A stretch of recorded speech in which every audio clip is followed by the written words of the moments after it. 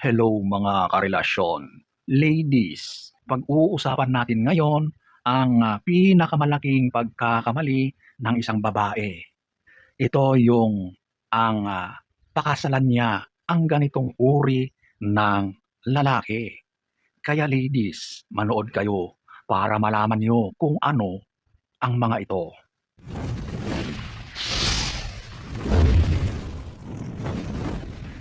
Whoops, disclaimer tayo, hindi lahat ng mga lalaki ay ganito. Pero bilang babae na papasok sa isang relasyon, kailangan mong malaman ito para magabayan ka. So diretso na tayo. Number 1, ito yung lalaki na babaero. Ito talaga ang isa sa talagang hindi ka magiging masaya, hindi ka matatahimik sa relasyon kapag yung napili mong lalaki ay babaero pala, okay? Kaya dapat ladies, huwag kayong magpadalos-dalos. Hindi porket yan ay gwapo, napakahusay magsalita, na in love ka dahil sa mga nakikita mo at naririnig mo sa kanya. Nako, nako, nako. Mag-ingat ka. Kapag merong historian sa mga ganyang masasamang gawain, sana mag-isip-isip ka bago ka mapasubo sa ganyang lalaki. Kasi tiyak, hindi ka magiging masaya.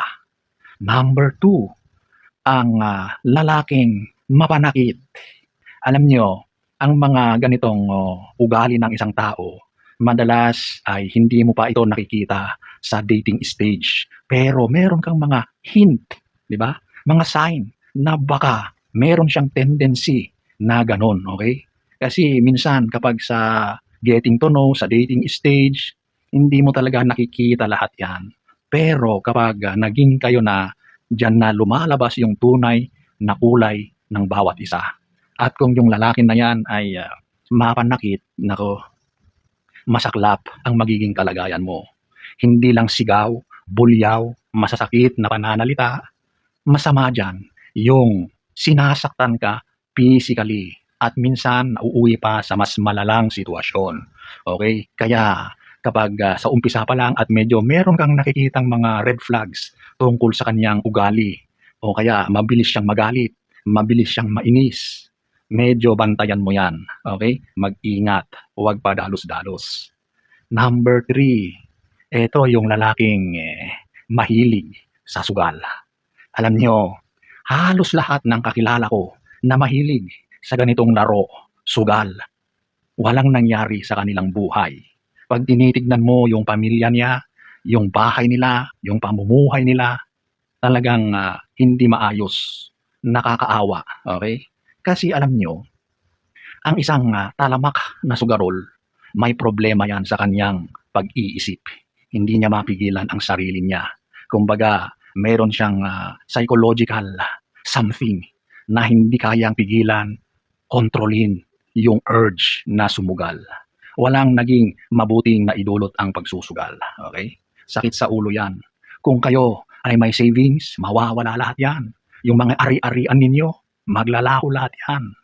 Yung mga utang, dadami yan. Magkakaroon ng sari-saring problema dahil sa nalulong sa sugal. Okay? Mahirap yan.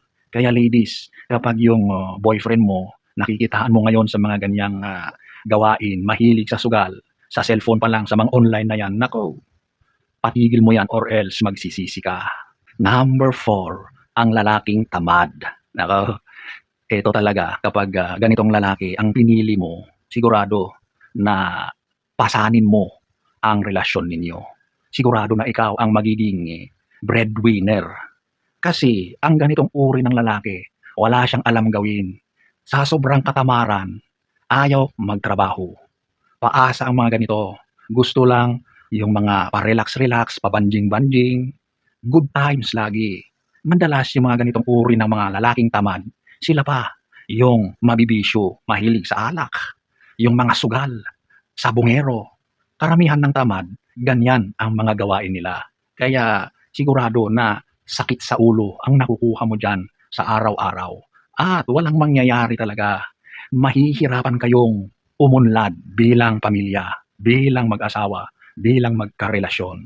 Kaya kapag nakitaan mo na yan, na parang wala siyang, mga pangarap, hindi mo nakikitaan ng pagpupursigi, nakilala mo siya na isang tambay, walang trabaho, mag-isip-isip ka na, okay? Mahirap makisama sa isang lalaki na walang kuwenta. Number 5, eto yung mama's boy. Naku, kahirap naman ng ganito. Pero alam niyo, kapag ang, lalaki na 'yan ay, palaasa sa kanyang mga magulang, wala talagang mangyayari diyan.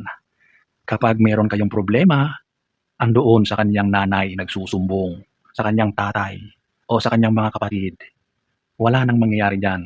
Siyempre, yung mga biyenan o magulang niya, kakampihan yung anak nila. At ang isang number one na panira sa isang relasyon ay ang pangingialam ng mga magulang ng bawat magkarelasyon, okay? Kaya kung yung lalaki na yan ay, nakatago sa saya ng nanay, huwag mo nang ituloy ang pakikipagrelasyon diyan, okay?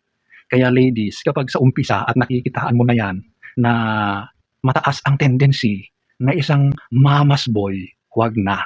Huwag mo nang ituloy, magsisisi ka lang, okay?